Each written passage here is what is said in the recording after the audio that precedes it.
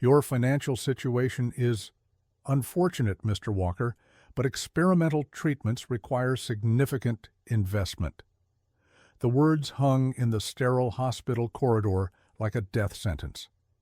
Mike Walker's hands trembled as he clutched his daughter's medical file, 6 years of hope and heartbreak condensed into cold, clinical pages. Around him, the private medical facility's pristine walls seemed to mock him with their excess: gleaming marble floors, designer furniture, abstract art worth more than his yearly salary. He'd sold everything, mortgaged his home twice, worked 3 jobs, and it still wasn't enough. The experimental treatment center's waiting room buzzed with quiet privilege: wealthy patients in designer clothes, investors in bespoke suits, doctors in pristine white coats. Security cameras tracked Mike's every desperate move as he stood before the administrative desk, his weathered construction worker's hands a stark contrast against the polished granite counter.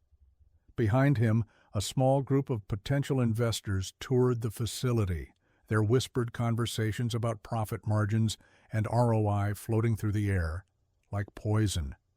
None of them seemed to notice the father's silent breakdown. What they did notice was the tall figure in the tailored black jacket who had stopped mid-tour, his attention drawn to the scene unfolding at the desk. While the facility administrator continued his rehearsed corporate rejection, Tom Cruise's expression shifted from casual interest to focused intensity. The actor had come to tour the facility's groundbreaking treatments, but he was about to deliver a different kind of breakthrough, one that would remind everyone present about the true cost of putting profits over people. The administrator's voice carried the practiced smoothness of someone who had delivered devastating news countless times before. Mr. Walker, while we sympathize with your situation, our experimental program requires participants to demonstrate financial capability. The aftercare alone costs more than most insurance policies would cover in a lifetime. He shuffled papers on his desk, a deliberate show of busy importance. Perhaps you might consider more conventional treatment options. Mike's throat tightened around words he couldn't voice. Conventional treatments had failed his daughter Emily 6 months ago. She was only 12, and the aggressive form of cancer spreading through her small body had defied every standard protocol. This experimental treatment was their last hope.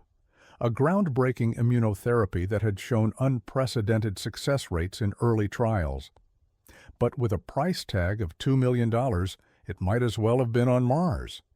Behind Mike, the tour group had paused, their whispered conversations dying away as the scene commanded their unwilling attention.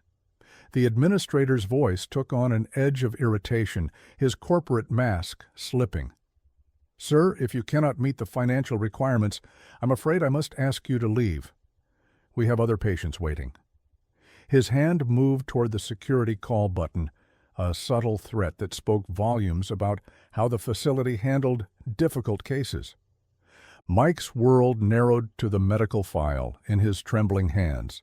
Inside was Emily's latest scan, showing the cancer's relentless advance.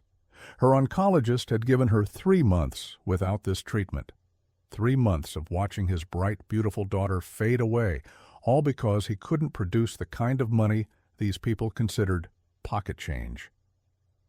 Around him, the wealthy observers shifted uncomfortably, their eyes finding sudden interest in their phones or the abstract art on the walls. Tom Cruise had seen this scene play out before, not in any movie, but in hospitals across the world. The divide between those who could afford to live and those who couldn't. He'd made enough hospital visits, both publicly and privately, to recognize the look in Mike Walker's eyes, the desperate love of a parent who would tear down heaven and earth to save their child, if only they knew how.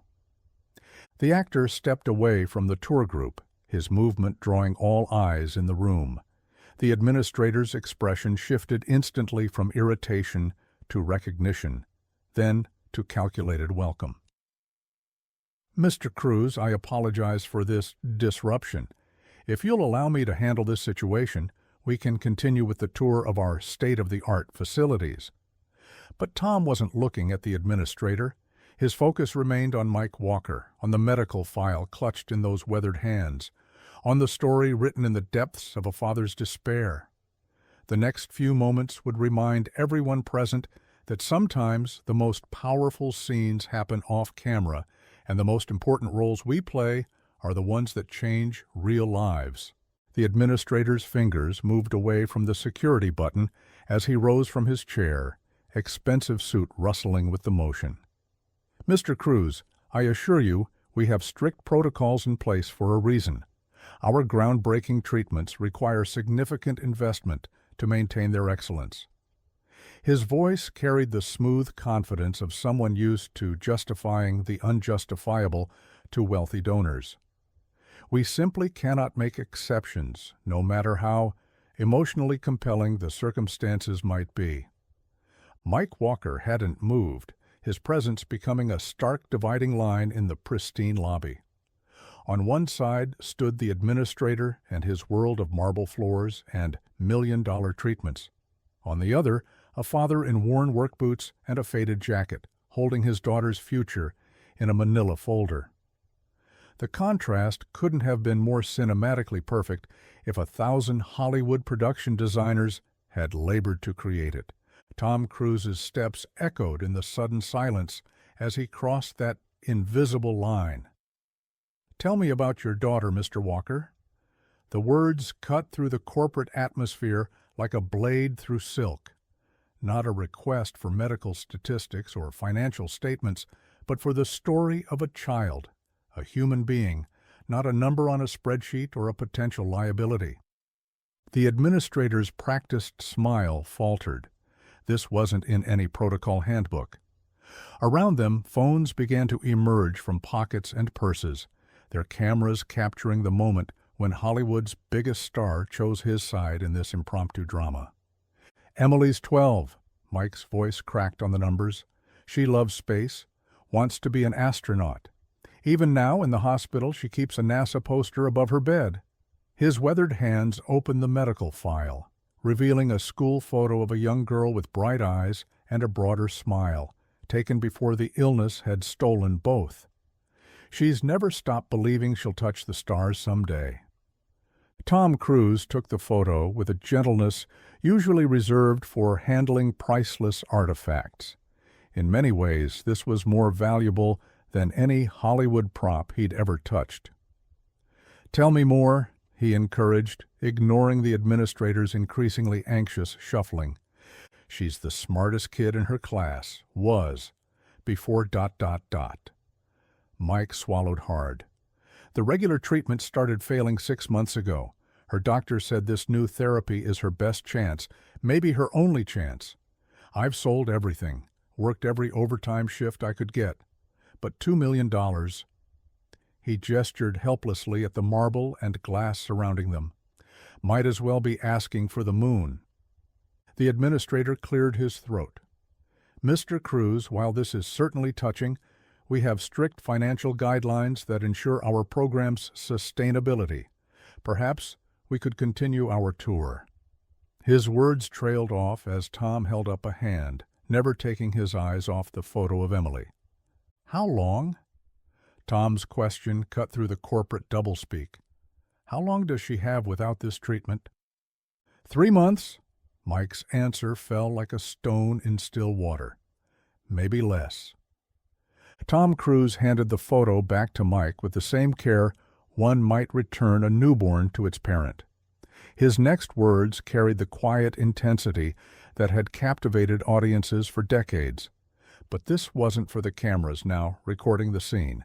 This was real. 3 months to put a price tag on a child's future. 3 months to decide if a little girl's dreams are worth less than your profit margins. The administrator stepped forward, his corporate mask cracking under the pressure. "Mr. Cruz, you of all people understand the costs involved in medical innovation. We're developing treatments that will save thousands of lives. But that requires—" He faltered as Tom turned to face him directly. "Requires what? Watching a 12-year-old girl die because Her father doesn't have the right bank balance? Tom's voice remained level, but it carried to every corner of the now silent lobby. The wealthy tourists and potential investors who had been pretending not to watch now couldn't look away. Their own reflections stared back at them from the facility's gleaming surfaces, forcing them to see themselves as part of this moment. "Our financial requirements are not arbitrary," the administrator persisted, but his words sounded hollow, even to his own ears. "We have shareholders to consider, research costs to cover, and I have a front-row seat to watch my daughter die." Mike's broken whisper cut through the corporate justifications like a scalpel. "I have to tell her that all her dreams about the stars, all her fight and courage, mean nothing because Daddy couldn't write a big enough check." The silence that followed was heavy with shame, judgment, and the weight of decisions that could no longer be hidden behind policy manuals and profit projections.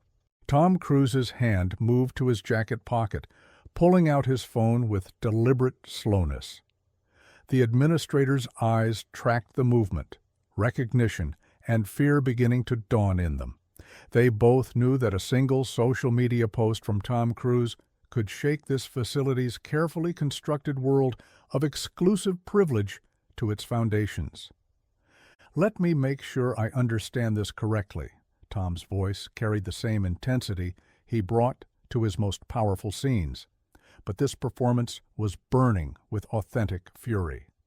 "You have a treatment that could save this child's life, a treatment that's already proven successful in trials, but you're willing to let her die because her father, a man who's worked himself to exhaustion trying to save his daughter, can't pay your $2 million price tag?" The administrator began to respond, but Tom wasn't finished. "Do you know what Emily's favorite movie is, Mr. Walker?" The question caught both Mike and the administrator off guard. Mike shook his head, confusion momentarily replacing despair on his face. "Apollo 13, Tom continued, his eyes never leaving the administrator's increasingly pale face. "I asked while you were showing me her photo. She watches it every time she's in the hospital. A story about people coming together to bring someone home against impossible odds, about choosing what's right over what's easy." He turned to address the crowd of wealthy onlookers, many of whom were still filming. "I wonder how many viewers would be interested in hearing about a hospital that thinks differently." The administrator's professional composure crumbled as phones throughout the lobby captured every word. "Mr. Cruise, surely we can discuss this privately. Our policies are complex and there are considerations." His voice trailed off as one of the potential investors, a woman in her 60s wearing a pearl necklace worth more than Mike's house, stepped forward. "I believe I speak for several of us," she said, her cultured voice carrying clear authority, "when I say we're very interested in how this facility balances its profit margins against its humanitarian obligations, particularly given that several of us were considering significant investments." Her eyes, sharp with disapproval, swept across the administrator's face. Tom's phone was already open to Twitter, his millions of followers just one tap away from learning about Emily's story.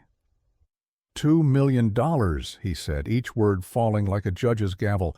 "That's the price you put on Emily's dreams of touching the stars, on her father's heart breaking piece by piece, on basic human dignity." He turned to Mike, whose hands had never stopped trembling around his daughter's file. "Emily's fighting spirit reminds me of another little girl I met at St. Jude's Hospital. She beat the odds because people chose to do what's right, not what's profitable." His gaze returned to the administrator, now visibly sweating. "So let's make this simple. Either Emily gets the treatment she needs, or your shareholders learn exactly why their next quarterly report might be disappointing." The administrator's resistance crumbled like a sandcastle before a tidal wave. Perhaps, we could review Mr. Walker's case as a special consideration." He reached for his keyboard, fingers trembling slightly.